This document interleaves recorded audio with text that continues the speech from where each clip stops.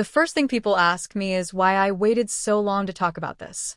The truth is, even now, my hands shake a little when I think about that place. Antarctica is supposed to be empty, silent, untouched. A frozen end of the world where nothing truly lives except ice and wind. That's what we're told. That's what I believed too, until the day my team and I saw shapes rising out of the snow that should not exist anywhere on Earth, let alone at the bottom of it. I wasn't chasing legends when this began. I wasn't looking for secrets or trying to prove some hidden truth. I'm a logistics analyst by training, the kind of person who believes in numbers, satellite data, and written reports. My team was small and practical.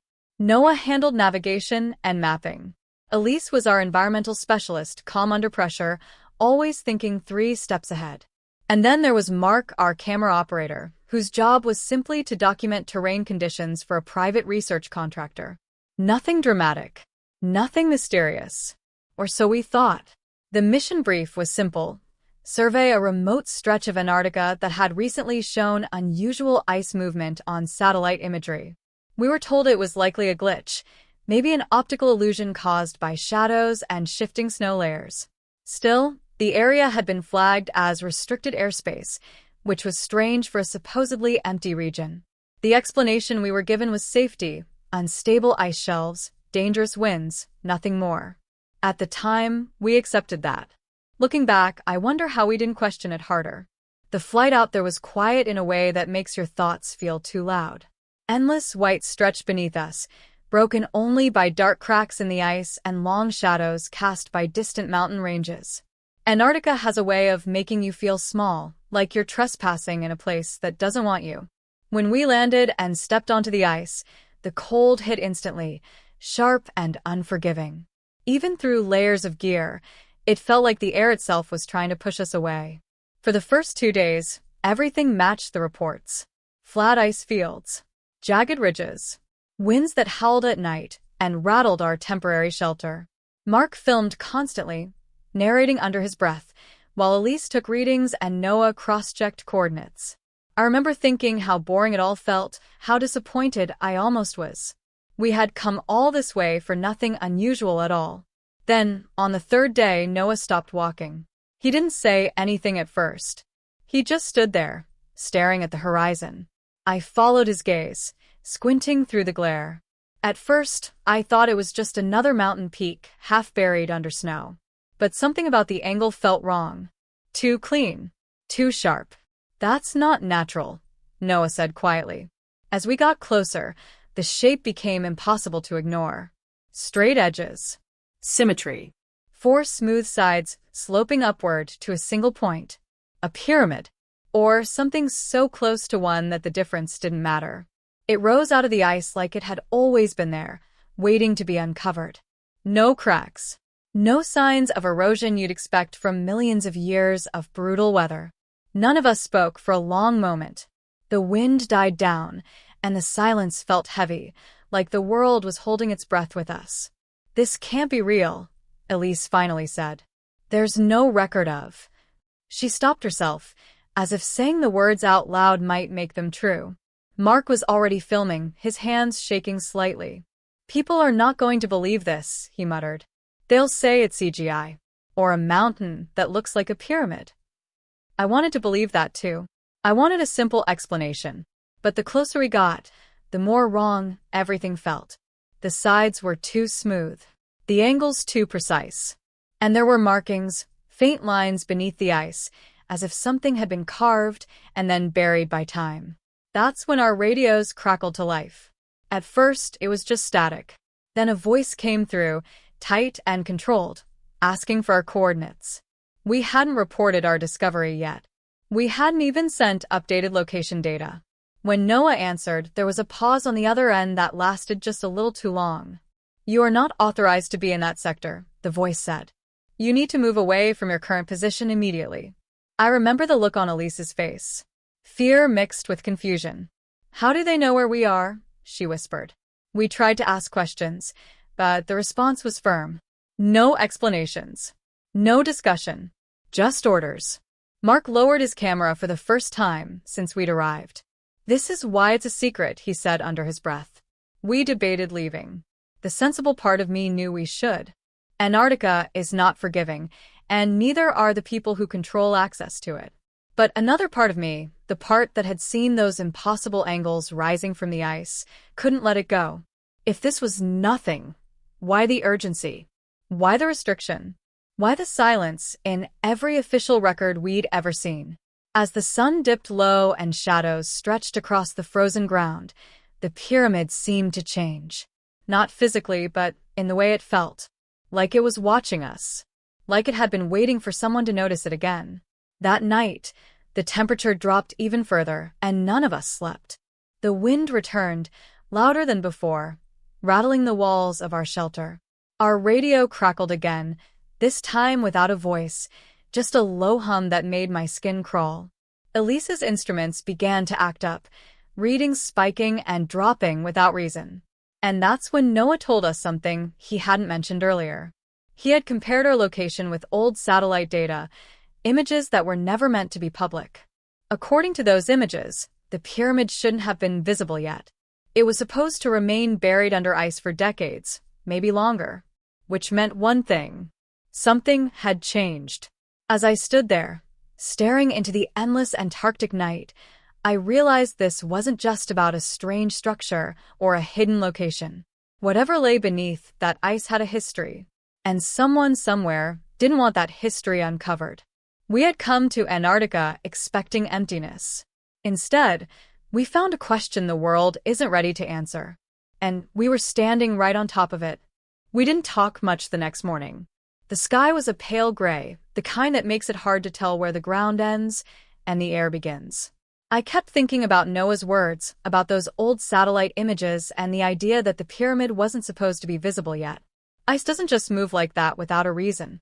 Something had exposed it. Or someone. While Elise checked her instruments again, Mark quietly backed up his footage onto multiple drives. He didn't say why, but I knew. We all did. If something happened to one copy, he wanted another. And another.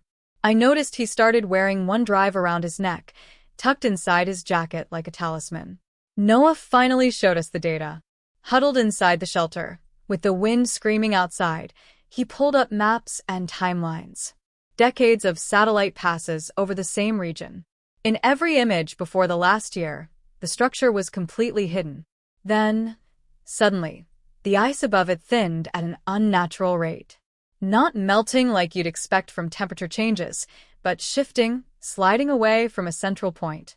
It's like it was uncovered on purpose, Mark said. Noah didn't answer. He didn't need to. Elise pointed out something else that bothered her. The environmental readings around the pyramid were off. Not dangerous, but strange. Magnetic fluctuations. Subtle temperature differences near the surface. The kind of anomalies that make scientists argue late into the night. The kind that don't belong in a place that's supposed to be uniform and dead. By midday, the radio stayed silent, which somehow felt worse than the warnings. We knew we were being watched. You don't get contacted that quickly in Antarctica by accident. Someone had eyes on us long before we ever saw the pyramid. We decided to get closer, carefully, documenting everything. The ice around the base was uneven, cracked in patterns that didn't match natural stress lines. I ran my glove over the surface and felt something smooth beneath the thin layer of frost. Stone. Or something like stone. I remember thinking about how old it might be. Older than recorded history. Older than anything we're taught about human civilization. The idea made my chest feel tight. If this structure was real, truly real, it didn't just challenge history.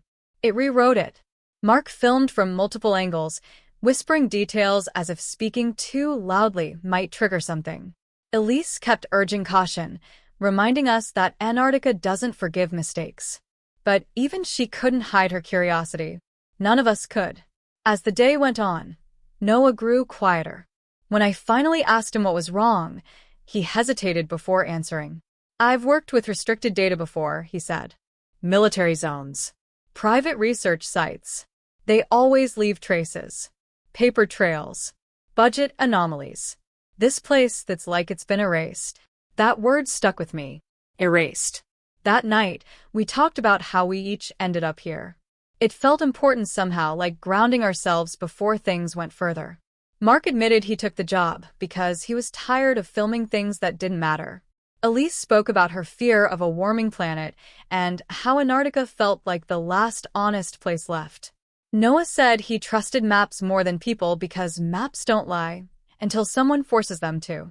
When it was my turn, I realized I didn't have a simple answer. I'd spent my life believing the world made sense if you looked closely enough, that everything had an explanation. Standing near that pyramid, I wasn't so sure anymore. Sleep came in fragments. Every sound felt amplified. At one point, I woke up convinced I'd heard a low vibration beneath the ice, like a distant engine or a deep hum. When I asked the others in the morning, Mark admitted he'd heard it too. Elise said it was probably shifting ice. Probably. The next day, the weather turned against us. Snow whipped across the surface, reducing visibility to almost nothing. We should have pulled back, waited it out. Instead, the storm seemed to push us forward, trapping us closer to the structure than planned. Our shelter strained under the wind, and the pyramid loomed nearby, half hidden by blowing snow. That's when the drone arrived. It came out of the clouds silently, dark against the white sky. Sleek. Purpose-built. It hovered just long enough for us to notice it, for Mark to raise his camera, for Elise to curse under her breath. Then it was gone, disappearing as quickly as it came. No warning. No communication. Just confirmation. They know we're still here, Noah said. We debated leaving again. Every argument made sense. Safety. Consequences. The unknown. But there's another question hanging over us, heavier than all the others. If we left now, would anyone ever come back? Or would the ice simply be allowed to reclaim the pyramid, burying it for another 100 years? Elise surprised us by being the one to argue for staying a little longer. If this is real, she said, it deserves to be understood, even if it scares us. We decided on one more day, one more careful attempt to gather data. No digging, no damage, just observation. As we circled the base again, I noticed something I hadn't before. A narrow depression in the ice, leading away from one side of the pyramid. Almost like a path. Too straight to be random. Mark saw it too. You seeing this? He asked, voice low. The depression disappeared beneath a drift, but its direction was clear. It led away from the structure, toward a ridge we hadn't explored yet. Noah checked the maps. That area's blank, he said. No data at all. The idea that the pyramid wasn't alone settled over us slowly. If there was one structure, why not more? Why hide a single anomaly in the middle of nowhere? The hum returned that evening, stronger this time. Our lights flickered. Elise's instruments spiked wildly before settling back down. The radio crackled, not with voices, but with bursts of static that sounded almost rhythmic. I stepped outside for air and looked back at the pyramid. The storm clouds parted just enough for the low sun to cast a long shadow across the ice. For a moment, it looked like the shadow was pointing toward that hidden path. I felt a deep, unsettling certainty settle in my chest. Whatever this place was, it wasn't finished with us. And the closer we got to the truth, the harder someone was trying to keep us from reaching it. By the time morning came, the storm had moved on, but it left the world feeling scraped raw. The sky was clear in a way that made everything feel exposed. The pyramid stood there, unchanged, like it didn't care about weather or time or us. I kept thinking about that shadow from the night before, how it seemed to point toward the ridge, like a silent suggestion we couldn't ignore. We split our focus that day. Not physically, we stayed close, but mentally. Elise wanted more environmental readings near the base of the structure. Noah was obsessed with the blank space on the map, where that path seemed to lead. Mark just kept filming, quieter now, his usual commentary replaced by long stretches of silence broken only by his breathing. As for me, I started paying attention to how we were reacting to all of it. Fear was there, no doubt, but so was something else. A pull. The kind that makes you lean forward instead of stepping back, even when every instinct says you shouldn't. Elise discovered that the magnetic fluctuations weren't random. They followed a pattern, strongest along one face of the pyramid and weakening as you moved away from it. "It's localized," she said, frowning at her readings. "Like whatever's causing it is intentional." That word again. Intentional. Noah cross-referenced her data with elevation maps and noticed the same alignment matched the depression in the ice. The path. The idea that the pyramid was part of a larger layout started to feel less like speculation and more like a warning. Mark finally spoke up. "If this was just some ancient structure," he said, "why is it still doing something?" No one answered him. We didn't have one. Later, while reviewing footage, Mark showed us something none of us had noticed in real time. In one of his wide shots, the snow near the base of the pyramid looked like it shifted, not blown by wind, but settling, like a breath exhaled beneath the surface. It happened fast. Too fast to explain easily. Elise tried to rationalize it. "Subsurface ice movement," she said. "Pressure changes." But her voice lacked conviction. The radio came alive again that afternoon. This time, there was a voice, but it wasn't the same one from before. It sounded calmer, almost polite. The person on the other end asked about our well-being, about the weather, about our equipment. Not once did they mention the pyramid. When Noah pressed them, the line went quiet. "That wasn't a warning," Mark said after. "That was a check-in." The realization sat heavy with us. We weren't just being told to leave. We were being monitored, managed. As the day wore on, Noah confessed something he'd been holding back. Before this expedition, he'd received an unusual contract clause, nothing illegal, just vague. It mentioned non-disclosure beyond standard agreements and penalties tied not to information leaks, but to misinterpretation of observed anomalies. "I thought it was just legal fluff," he said. "Now I'm not so sure." That night, we argued for the first time. Not loudly, but sharply. Elise wanted to focus on data and leave speculation out of it. Mark wanted to push farther, follow the path while the weather allowed it. Noah was torn between both, his trust in systems clashing with what he was seeing with his own eyes. I listened, feeling like the ground beneath us, literally and figuratively, was unstable. I kept thinking about the idea of erasure, about how easy it is to hide things in a place no one ever looks. When the hum returned, it wasn't subtle anymore. It vibrated through the ice, through our boots, through our bones. Elise's instruments went wild. Mark dropped his camera for the first time, the sound of it hitting the ice sharp and final. Then, just as suddenly, it stopped. The silence afterward was worse. We stepped outside together, scanning the horizon. The pyramid looked the same, but the air felt different. Charged. Expectant. That's when we noticed the change. The path in the ice was clearer now. The snow that had buried it was gone, as if swept away during the night. It led straight toward the ridge, disappearing behind jagged ice formations. "It wasn't this visible before," Elise said. Noah checked the timestamps on our previous footage. She was right. Something had exposed it. Mark picked up his camera again. "It's like it wants us to follow it." No one laughed. The idea didn't sound crazy anymore. We didn't follow the path right away. Instead, we sent up our remaining drone, keeping it low and quiet. The live feed showed the ridge up close, unnatural cuts in the ice, smooth surfaces where there should have been chaos. And then, just before the signal cut out, something rectangular embedded in the ice. Not a pyramid. Something else. The feed went black. At the same moment, our radio crackled again. This time, the voice wasn't calm. "You need to stop," it said. "You are approaching an area that poses significant risk." "Risk to who?" Noah asked. There was a pause. "To everyone," the voice replied. That answer raised more questions than it closed. Elise pulled me aside later, her face pale. She admitted she'd been downplaying her fear.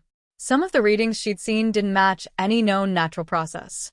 The energy patterns, the magnetic fields, they suggested an active system, not a dead ruin. "Whatever this is," she said, "it's not just old. It's still functioning." That night, none of us pretended we were here by accident anymore.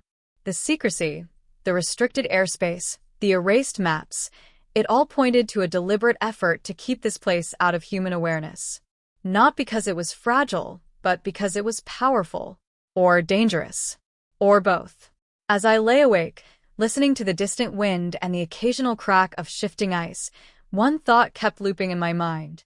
What if the pyramids of Antarctica weren't hidden to protect us from them, but to protect them from us? And if that was true, how long before someone decided we had seen too much? We reached a quiet agreement by morning, not spoken out loud, but understood by all of us. We couldn't leave without answers, and we couldn't stay much longer without consequences. That balance made every decision feel heavy, like one wrong move could tip everything into something we couldn't come back from. The sky darkened earlier than expected, clouds rolling in low and fast. Antarctica has a way of changing moods without warning, and that day it felt restless. Elise said pressure was dropping too quickly. Noah kept checking our remaining power levels. Mark barely spoke, but his camera never stopped rolling. We decided to follow the path. Not all the way, not yet. Just far enough to understand what we were dealing with. The depression in the ice felt deliberate, as if something had passed through there repeatedly over a long time. The farther we walked, the quieter the wind became, which made no sense. Sound seemed swallowed by the landscape. Even our footsteps felt muted. About halfway to the ridge, Elise stopped. Her readings had spiked again, sharper than before. "Whatever this is," she said, "we're inside its range now." That word, inside, sent a chill through me that had nothing to do with the cold. As we rounded the edge of the ridge, the rectangular shape from the drone feed came into view. Up close, it was larger than we expected, half buried and fused into the ice like it had grown there. Smooth, dark, and completely untouched by erosion. It didn't look ancient in the way ruins usually do. It looked preserved. Mark whispered, "This wasn't meant to be seen." Before anyone could respond, the hum returned. Stronger. Deeper. It vibrated through the ice and into my chest, making it hard to breathe. Elise staggered, grabbing my arm to steady herself. Noah's tablet flickered, the map distorting as if the terrain itself was shifting. Then the radio crackled. "You need to leave. Now." The voice was urgent, stripped of any calm it had before. "We're not even touching anything," Noah said. "If there's a risk, tell us what it is." Silence. And then, quieter this time, "You don't understand what you're standing next to." The rectangular structure emitted a faint vibration, barely visible but unmistakable. The ice around it trembled, hairline fractures spreading outward like veins. Mark zoomed in, breath shaky. "This thing's active," he said. "Right?" Elise nodded slowly. "Yes. And it's reacting to us." That realization hit hard. We weren't just observers anymore. We were variables. A sudden crack echoed across the ridge, loud enough to make us flinch. A section of ice collapsed nearby, revealing a smooth surface beneath. Another angle, another edge. The idea that there was more buried under us, layered and connected, made my stomach drop. Noah backed away instinctively. "This isn't one structure," he said. "It's a system." The hum intensified, rising in pitch until it felt like pressure behind my eyes. For a moment, I thought I heard something else mixed into it, not a sound exactly, but a pattern, like a signal repeating. Then Mark gasped. "Guys, look." He turned the camera toward the pyramid in the distance. From where we stood, its peak was visible over the ridge. The light around it had changed, subtle but clear, as if the surface was reflecting something from beneath the ice rather than the sky above. Elise checked her instruments again, panic creeping into her voice. "Energy levels are increasing across the entire area. Not just here. There. Everywhere." The radio came back on without us touching it. "You've triggered a response," the voice said. "We told you to stop." "Triggered what?" I asked, my voice sounding smaller than I meant it to. Another pause. Longer this time. "A failsafe." Those words echoed in my head. I thought about all the layers of secrecy, the erased maps, the restricted airspace. Not just to hide something, but to make sure no one ever activated it. Snow began to fall again, thick and fast, reducing visibility in minutes. The world closed in around us, white and blinding. The hum reached a steady, pulsing rhythm, matching the vibrations under our feet. Mark looked at me, fear written plainly on his face. If this footage gets out. If we get out, Noah corrected. Elise was staring at the rectangular structure, her expression torn between awe and terror. This changes everything, she said. History, science, everything we think we know. Another crack split the ice closer this time. The ground shifted just enough to knock us off balance. I dropped to one knee, steadying myself with my hand on the frozen surface. It felt warmer than it should have. That's when I realized something else. The pyramid wasn't the source. It was part of a network. The hum surged again, and for a brief moment, the ice beneath us glowed faintly, lines and shapes barely visible under the surface, stretching outward in all directions. A hidden geometry spanning the frozen continent. The radio blared one last time, the voice raised now, strained. You need to evacuate immediately. This is no longer a controlled situation. As the wind howled and the ground trembled beneath our feet, we stood there, caught between discovery and disaster, knowing that whatever choice we made next would change everything. And deep down, I had the terrifying feeling that the choice might no longer be ours to make. For a long moment, none of us spoke. The wind howled around us, snow cutting across our faces, but it felt distant compared to the weight of what we had just learned. The pyramids of Antarctica weren't a myth or a mistake or a forgotten relic. They were part of something vast, something planned. And now, that plan was no longer hidden beneath the ice. Elise was the first to ground us. If this system is stabilizing something, she said carefully, then shutting it down suddenly could be worse than letting it finish. The voice on the radio didn't argue. That silence told us everything. Noah studied the schematics again, fingers shaking as he zoomed and scrolled. This isn't a weapon, he said slowly. It's more like a regulator.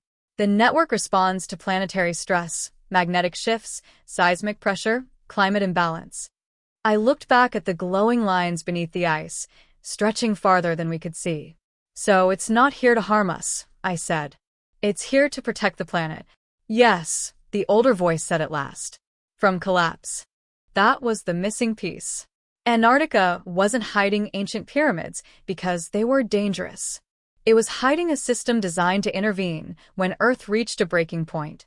A last safeguard built by someone or something that understood cycles far longer than human history. Mark lowered his camera slightly. Then why keep it secret, he asked. Because humanity wasn't ready to know, the voice replied. And because knowledge changes behavior. I understood that more than I wanted to admit. If people knew there was a hidden system correcting planetary damage, how many would stop caring? How many would push things further, assuming something else would fix it? The ground trembled one final time, then slowly, the hum began to fade. The light beneath the ice dimmed, lines retreating back into the frozen depths. The rectangular structure settled, the seam closing as if it had never opened. Across the ice field, the pyramid's glow softened and disappeared, returning to silent stone. Elise checked her instruments, disbelief in her eyes. Energy levels are dropping. Everything's stabilizing. Noah let out a breath he'd been holding for days. The failsafe completed its cycle. The radio crackled again, clear now. You need to leave, the voice said, not as a command, but a request. What you witnessed cannot be undone, but it does not need to be broadcast. Mark looked at me. I knew what he was thinking. The footage. The proof. The chance to expose the greatest secret in human history. What happens if we tell people? I asked quietly. There was a pause. Panic. Denial. Exploitation, the voice said. And eventually, attempts to control what was never meant to be controlled. Silence settled over us as the storm finally began to break. The clouds thinned, revealing a pale stretch of sky. Antarctica returned to what it always pretended to be, empty, endless, indifferent. We packed in silence. No one argued this time. The choice had already been made, not by fear, but by understanding. Some truths change the world when revealed. Others protect it by remaining buried. As we moved away from the site, I looked back one last time. The pyramid blended into the landscape again, just another shadow among shadows. If someone stumbled upon it without context, they dismiss it as a trick of light. A mountain. Nothing more. The drone of engines finally broke the quiet as extraction aircraft appeared on the horizon. No markings. No insignia. We were escorted out without questions, without signatures, without threats. Just a shared, unspoken agreement. The footage was returned to us weeks later. Edited. Redacted. The most revealing moments removed, leaving only ambiguous shots of ice, shadows, and strange geometry. Enough to raise questions. Not enough to answer them. Mark struggled with that. He talked about leaks, anonymous uploads, doing the right thing. But over time, even he began to see the bigger picture. The pyramids of Antarctica weren't a story meant for headlines or algorithms. They were a reminder. Elise went back to her work with a new quiet urgency, focusing on environmental balance instead of catastrophe. Noah left mapping entirely and started teaching, telling his students that some blank spaces on maps exist for a reason. As for me, I waited. Months later, reports began to surface. Subtle ones. Slowing ice loss in unexpected regions. Magnetic fluctuations correcting themselves. Small signs, buried under louder news cycles. No one connected them. No one asked why. And that was the point. Sometimes, the world is held together by things we never see. Ancient systems. Silent guardians. Secrets kept not out of fear, but out of responsibility. I still dream about Antarctica. About standing on that ice, feeling the planet breathe beneath my feet. Knowing that humanity is not as alone, or as in control as we like to believe. The pyramids are still there, waiting, watching. And if the Earth ever reaches that breaking point again, they will wake up once more. Whether we're ready or not.